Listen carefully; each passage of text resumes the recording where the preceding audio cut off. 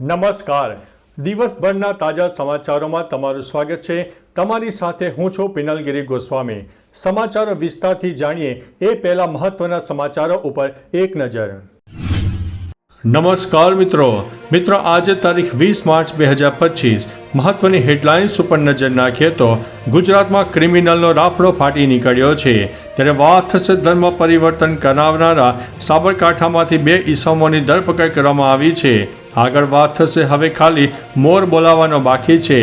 આ થાર ગાડીના જે ડ્રાઈવર હતો તેણે વ્યવસ્થિત ડ્રાઇવિંગ નહીં કરતા હવે કાર્યવાહી કરવામાં આવશે. ત્યારે વાત થશે સરકારનો મોટો નિર્ણય, ચૂંટણી કાર્ડ અને આધાર કાર્ડ લિંક કરાવવામાં આવશે. ત્યારે વાત થશે રાજ્યના પાટનગરમાં લુખ્ખા તત્વો બેફામ બની ચૂક્યા છે. ત્યારે આગળ વાત થશે લાંચિયા સરપંચને રંગે હાથે ઝડપતી એસીબી પોલીસ. ત્યારે વાત થશે કેસર કેરીની સિઝન વહેલી શરૂ થઈ ગઈ છે. આગળ વાત થશે દારૂ ઘુસાડવા માટે અજમાવ્યો હતો અનોખો કિમિયો. ત્યારે વાત થશે ભચાઉમાં છેલ્લા 15 દિવસથી રાશન વિતરણ બંધ કરવામાં આવ્યું છે. ત્યારે વાત થશે પટ્ટાવાળાનો પગાર કેટલો હોવો જોઈએ, 8મા પગાર પરની મોટી જાહેરાત સામે આવી છે. ત્યારે વાત થશે બગસરામાં ટેકાના ભાવે તુવેરની ખરીદી બંધ થતાં ખેડૂતોની હાલાકી સામે આવી છે. આગળ વાત થશે હની ટ્રેપમાં ફસાવીને લાખો રૂપિયા પડાવ્યા હતા આ વ્યક્તિએ. વાત છે ભુજ શહેરની. ત્યારે વાત થશે નરોડામાં પકડાઈ છે ડુપ્લિકેટ હોસ્પિટલ. આગળ વાત થશે આશા વર્કર બહેનોની આકરી રજૂઆત સામે આવી છે. હવે મિત્રો સમાચારો વિસ્તારથી. કચ્છના આંગણવાડી, આશા વર્કર અને મધ્યાહન ભોજનના સ્કીમ વર્કરોના પ્રશ્ન બાબતે કચ્છ જિલ્લા મજદૂર સંઘ દ્વારા કલેક્ટરને આવેદનપત્ર આપીને વિવિધ માંગો કરીને ઉગ્ર રજૂઆત કરવામાં આવી હતી. બજેટમાં પીએમ પોષણ શક્તિ નિર્માણ યોજનાને જ ખાનગી સંસ્થાઓનો 551 કરોડના ખર્ચે રસોડા બનાવીને કોન્ટ્રાક્ટ આપવાની મહત્વની જાહેરાત થઈ, જેમાં પાયાના પ્રશ્નોને પણ સરકાર દ્વારા નજરઅંદાજ કરવામાં આવ્યા છે. મિત્રો અન્ય મહત્વના સમાચારની વાત કરીએ તો નરોડામાં પકડાઈ છે ડુપ્લિકેટ હોસ્પિટલ. શહેરના નરોડા વિસ્તારમાં ડુપ્લિકેટ હોસ્પિટલ પકડાઈ છે.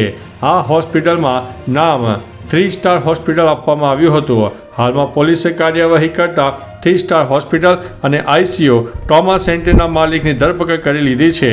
આ હોસ્પિટલના માલિકનું નામ ધર્મેન્દ્ર પટેલ છે.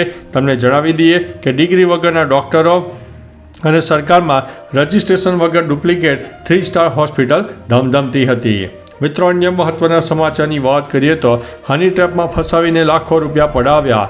ભુજ શહેરમાં એક યુવકને ઇન્સ્ટાગ્રામથી હની ટ્રેપમાં ફસાવીને 22 લાખ રૂપિયા પડાવી લીધા હોય તેવો કિસ્સો સામે આવ્યો છે. આ કેસમાં ભુજના કોંગ્રેસી નગરસેવક સહિત 3 લોકોની અટકાયત કરવામાં આવી છે. ભોગ બનનાર મહેબૂબ સબીર ખાટકેની ફરિયાદ મુજબ આરોપી મુસ્કાને તેને ઇન્સ્ટાગ્રામ ઉપર ફસાવ્યો હતો. કોંગી અગ્રણી હરીસિંહ જાડેજાનું નામ પણ સામે આવ્યું છે, જે ખોટી ઓળખ આપીને પોલીસ તરીકે ધમકી આપતો હતો. મિત્રો અન્ય મહત્વના સમાચારની વાત કરીએ તો બગસરામાં ટેકાના ભાવે તુવેરની ખરીદી બંધ થતાં ખેડૂતોની હાલાકી. અમરેલીના બગસરામાં ટેકાના ભાવે તુવેરની ખરીદી બંધ થતાં ખેડૂતોની હાલાકી ભોગવવાનો વારો આવ્યો છે. તુવેર લઈને આવેલા 30 જેટલા ખેડૂતોને હેરાનગતિ થઈ છે. ટેકાના ભાવે તુવેરની ખરીદી બંધ થતાં ખેડૂતોમાં આક્રોશ જોવા મળ્યો હતો. ખેડૂતોએ તુવેરની ખરીદી ચાલુ ન થાય ત્યાં સુધી બેસી રહેવાની ચીમકી આપી છે. ખેડૂતોનું કહેવું છે કે રાતોરાત આ નિર્ણય લેવાતા મુશ્કેલી પડી રહી છે.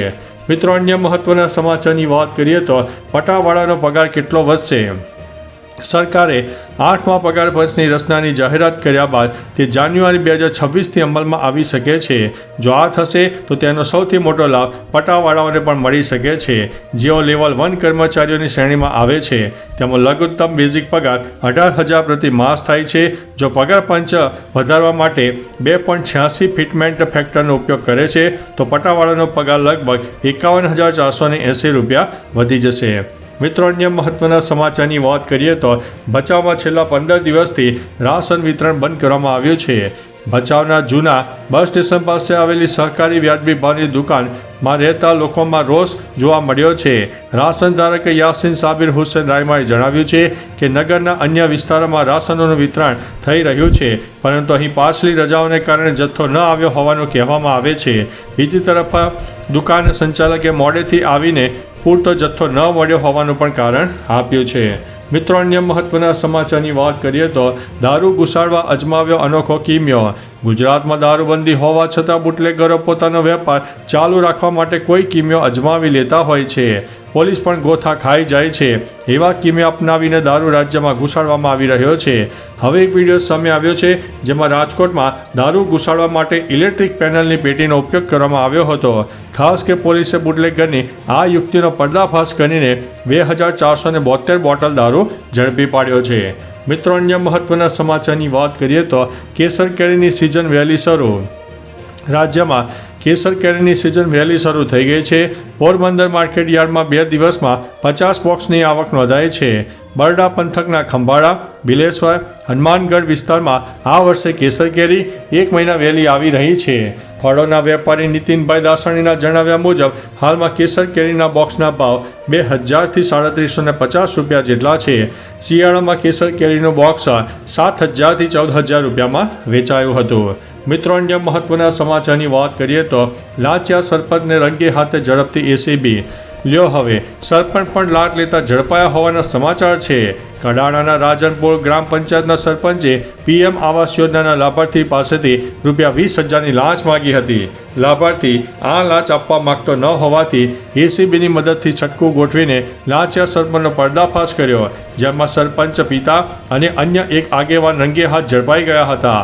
મહીસાગર જિલ્લા એસીબી દ્વારા બંને આરોપીઓની અટકાયત કરીને આગળની કાર્યવાહી હાથ ધરવામાં આવી છે. મિત્રો, અન્ય મહત્વના સમાચારની વાત કરીએ તો રાજ્યના પાટનગરમાં લુખ્ખા તત્વો બેફામ બન્યા છે. રાજ્યમાં આવારા તત્વો માટે કાયદો નકામો બની ગયો હોય તેવા દ્રશ્યો સામે આવ્યા છે. એક તરફ પોલીસ આવારા તત્વો સામે કડક કાર્યવાહી કરી રહી છે, ત્યારે હવે રાજ્યના પાટનગરમાં પણ કાયદો માત્ર નામનો હોય તેવા દ્રશ્યો સામે આવ્યા છે. જોઈ શકો છો, એક વૃદ્ધને માર મારતા હોય તેવો રસ્તા ઉપર ઢળી પડે છે. વિડીયો વાયરલ થયા બાદ ગુજરાત પોલીસ એક્શનમાં આવી સમગ્ર મામલે ફરિયાદ દાખલ કરીને આગળની કાર્યવાહી હાથ ધરવામાં આવી છે. મિત્રો, અન્ય મહત્વના સમાચારની વાત કરીએ તો સરકારનો મોટો નિર્ણય. ચૂંટણી કાર્ડ સાથે આધાર કાર્ડ લિંક કરવામાં આવશે. 18 માર્ચે કેન્દ્રીય ગૃહ સચિવ, કાયદા મંત્રાલયના સચિવ, ઇલેક્ટ્રોનિક્સ અને માહિતી ટેકનોલોજી મંત્રાલયના સચિવ, UIDAIના CEO અને ચૂંટણી પંચના ટેકનિકલ નિષ્ણાતો સાથે એક મહત્વપૂર્ણ બેઠક યોજાઈ. તેમાં આ નિર્ણય લેવામાં આવ્યો. આગામી સમયમાં બંધારણીય જોગવાઈ અને હાઈકોર્ટની ગાઈડલાઈન અનુસરીને કામગીરી કરવામાં આવશે. મિત્રો, અન્ય મહત્વના સમાચારની વાત કરીએ તો હવે ખાલી મોર બોલાવવાના બાકી છે. નબીરાઓ બેફામ બની રહ્યા હોય તેવું રાજ્યના માહોલમાં દેખાઈ રહ્યું છે. અમદાવાદમાં બેફામ બનેલા થાર ચાલકે વાહનો અને લોકોને અડફેટે લીધા. પોલીસે થાર ચાલકને અટકાવીને કહ્યું કે પોલીસ સ્ટેશને આવવું પડશે, ત્યારે બેફામ રીતે હંકારીને ભાગી છૂટ્યો હતો. ઘટના લાલ દરવાજા વિસ્તારની છે. પોલીસે નબીરાની ગાડીનો નંબર મેળવી લીધો છે. હવે આગળની કાર્યવાહીમાં મોર બોલાવવાના બાકી છે. શું કહેશો મિત્રો? આવા લોકો સામે કેવી કાર્યવાહી થવી જોઈએ? મિત્રો, અન્ય મહત્વના સમાચારની વાત કરીએ તો ધર્મ પરિવર્તન કરાવનારા 2 ઈસમોને ઝડપી પાડવામાં આવ્યા છે. સાબરકાંઠામાંથી ધર્મ પરિવર્તન કરાવનારા 2 ઈસમોને પકડવામાં આવ્યા છે. મળતી માહિતી પ્રમાણે આ ઈસમોને વડાલીમાં આવી પ્રવૃત્તિ કરવા બદલ ઝડપવામાં આવ્યા છે. આ ઈસમો વડાલીમાં ખ્રિસ્તી ધર્મનો પ્રચાર કરતા હતા. તેમણે 20 થી 25 હજાર રૂપિયા લઈને એક સ્થાનિકને ધર્મ પરિવર્તન કરાવીને જીવનમાં સુખ શાંતિ આવશે તેવી લાલચ આપી હતી. જોકે આ સ્થાનિકે સ્વૈચ્છિક સંગઠનનો આ મુદ્દે જણાવતા આ કાંડ બહાર આવ્યો છે. મિત્રો, અન્ય મહત્વના સમાચારની વાત કરીએ તો ગુજરાતમાં ક્રિમિનલનો રાફડો ફાટી નીકળ્યો છે. ગુજરાતમાં બધા જિલ્લામાં ડીજીપીએ એક મોટો આદેશ આપ્યો છે. તેમણે 100 કલાકનું અલ્ટિમેટમ આપ્યું છે. આ 100 કલાક બાદ પોલીસ એક્શનમાં આવી છે. સુરત પોલીસે 1200 થી 1300 ક્રિમિનલોનું લિસ્ટ તૈયાર કરી દીધું છે. નોંધનીય છે કે છેલ્લા ઘણા દિવસોથી રાજ્યમાં ગુંડા, અસામાજિક તત્વો અને લુખ્ખાઓની ફાલતુ કામગીરી વધી રહી છે, જેને લઈને અંતે ડીજીપીએ આ મોટો આદેશ આપવો પડ્યો છે. તો ચાલો મિત્રો, ફરીથી દેશ અને દુનિયાના સુપરફાસ્ટ સમાચાર લઈને મળતા રહીશો. ત્યાં સુધી અમને રજા આપશો. નમસ્તે.